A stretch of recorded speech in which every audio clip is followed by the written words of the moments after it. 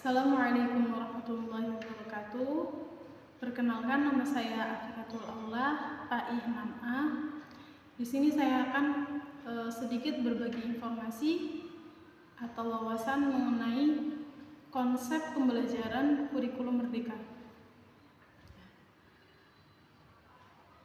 Sebelumnya, yang terhormat dosen pengampu mata kuliah Telaah Kurikulum Bapak Abdul Fattah MPDI, yang semoga selalu diberikan kesehatan. Langsung saja kita ke pembahasan, yaitu kurikulum merdeka. Kurikulum merdeka yaitu kurikulum baru yang diusung oleh Kementerian Pendidikan, Kebudayaan, Teknologi, dan Kemendikbud Ristek Indonesia. Kurikulum ini bertujuan untuk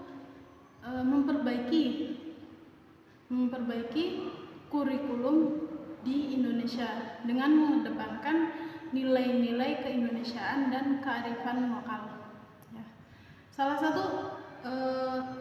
satu hal yang terpenting dari kurikulum merdeka yaitu konsep pembelajaran. Ya. Konsep pembelajaran ini berpusat pada peserta didik.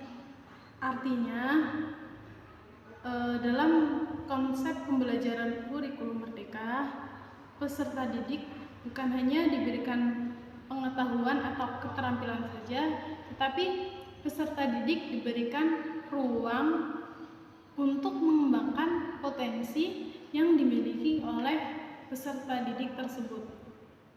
Ya, tujuan dari kurikulum merdeka sendiri yaitu menghasilkan generasi yang lebih mandiri, kreatif, dan inovatif. Ya, berikut ini prinsip dari pembelajaran kurikulum merdeka, antara lain yang pertama, pembelajaran berpusat pada peserta didik. Ya. Maksud dari pembelajaran berpusat pada peserta didik yaitu pembelajaran lebih mengacu pada peserta didik, keaktifan lebih ke peserta didik, yaitu guru hanya sebagai fasilitator untuk membantu mengembangkan potensi peserta didik. Ya, jadi dari kurikulum merdeka ini yang lebih aktif itu peserta didik daripada gurunya. Terus yang kedua itu pembelajaran yang menyenangkan. Pembelajaran yang menyenangkan ini dapat meningkatkan minat peserta didik dalam mengembangkan potensi yang ada dalam diri peserta didik. Ya.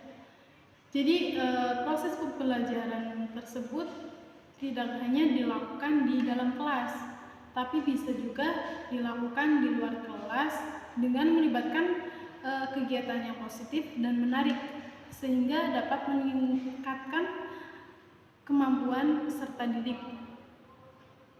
Yang ketiga yaitu mengembangkan kreativitas dan inovatif. Ya. Peserta didik didorong untuk meningkatkan kreativitas dan inovatif dalam menyelesaikan masalah. Ya.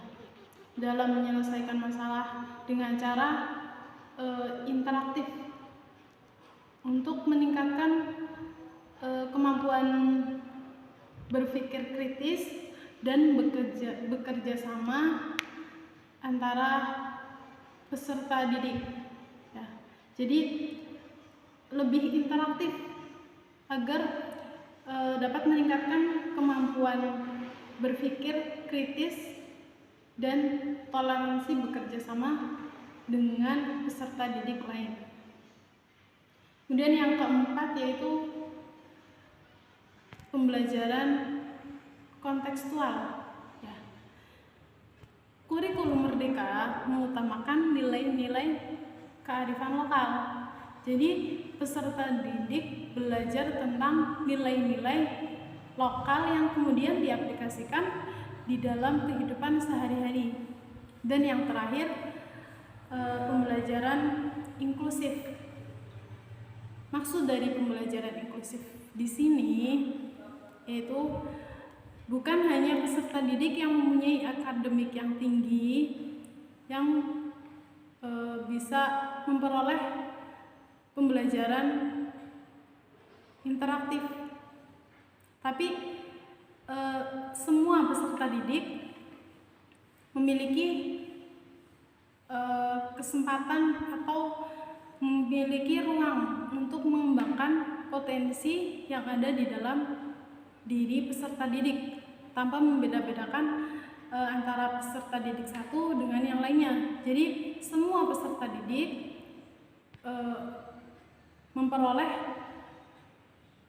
kesempatan untuk mengembangkan potensi yang ada di dalam peserta didik tersebut. Semoga kurikulum Merdeka ini dapat mengembangkan atau menghasilkan generasi yang berkualitas dan mampu menjadikan pendidikan lebih unggul untuk kedepannya. Sekian informasi atau wawasan yang dapat saya sampaikan. Semoga bermanfaat dan menambah sedikit wawasan kita semua. Kurang lebihnya mohon maaf. Assalamualaikum warahmatullahi wabarakatuh.